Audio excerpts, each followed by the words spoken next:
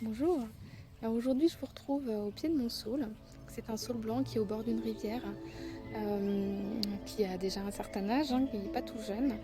Il a déjà pas mal souffert aussi puisqu'il y a des voilà, il a dû être coupé, il a été pas mal attaqué et cetera. Et bon, il revient, il a de belles pousses qui reviennent et cetera. Donc je suis au pied de ce saule et j'avais vraiment envie de vous parler de cet arbre parce que je pense qu'il peut être tout à fait indiqué et intéressant pour beaucoup de personnes en ce moment.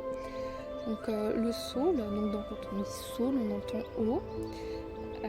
Et il est vraiment lié à cet élément-là. Déjà souvent, c'est un arbre qui aime l'eau, donc il pousse souvent en bord de rivière.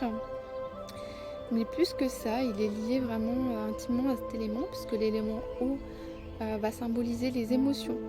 Et cet arbre, il va permettre de remettre en mouvement tout ce qui stagne, notamment au niveau émotionnel. Et aussi, donc l'eau, c'est aussi le symbole de la vie, de la fluidité, du mouvement. Et l'eau va également permettre de suivre le courant émotionnel, pour permettre de l'équilibrer. Donc dans le mouvement incessant de la vie, le don, le recevoir, dans cet esprit d'équilibre. C'est-à-dire qu'il va permettre à la fois d'équilibrer les émotions qui arrivent de manière trop vive, mais également à remettre en mouvement celles qui semblent stagner.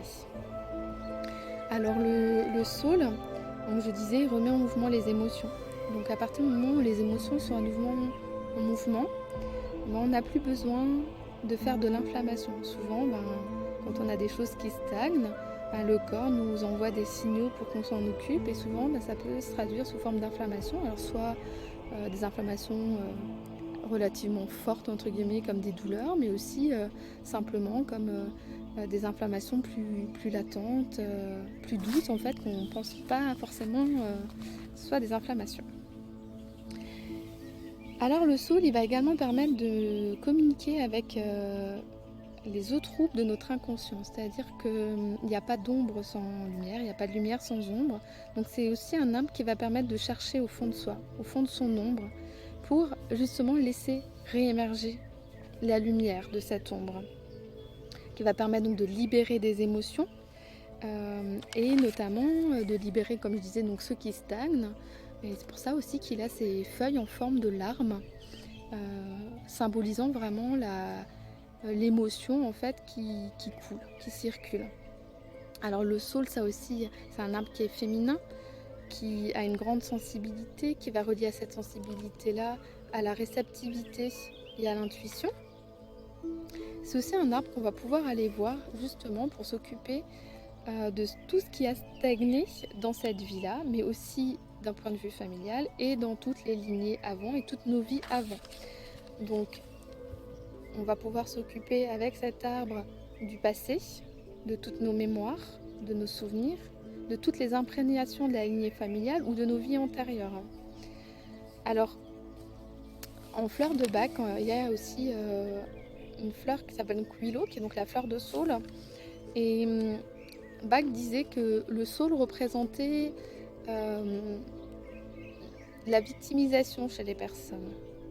Donc son sentiment d'être impuissant, d'être une victime, des personnes qui cherchent toujours la cause à l'extérieur d'eux sans vouloir vraiment regarder à l'intérieur d'eux, qui s'enferment dans des pensées, dans des schémas négatifs. Et quand on se relie au saule, que ce soit avec la fleur de bac ou de manière plus énergétique encore, eh ben, le saule nous permet de redevenir artisan de notre destin avec une attitude plus positive, plus active et plus dans la construction, parce qu'il va permettre de remettre en mouvement ce qui stagne et ces émotions-là qui nous enferment dans des schémas. Il va nous permettre de comprendre ces schémas-là et de les remettre en mouvement. Donc, en clair, en fait, c'est-à-dire que si on parle par exemple d'une peur, il va permettre de conscientiser la peur, de se rendre compte, ok, j'ai peur, de l'accueillir, dire ok, je ne me bats pas contre ça, si cette peur elle est là, c'est qu'elle a quelque chose à m'apprendre, et finalement de la remercier. Et en la remerciant, ça remet en mouvement le circuit, on se rend compte, et à ce moment-là, on peut s'en libérer, puisqu'on n'a plus rien à apprendre, on a entendu le message. Voilà. Donc à ce moment-là, on peut remettre au saule cette émotion-là, qui va le remettre à la terre, ou le remettre directement à la terre si on veut, et on se libère ainsi de ce qui se passe. Alors pour finir le saule, voilà, on disait également que c'était le bois des sorcières avec lequel elles faisaient leur balai, donc empreint à la fois d'une intention un petit peu magique. Alors peut-être que le saule vous fera don de sa magie pour vous libérer de vos émotions stagnantes. En tout cas, je vous le souhaite.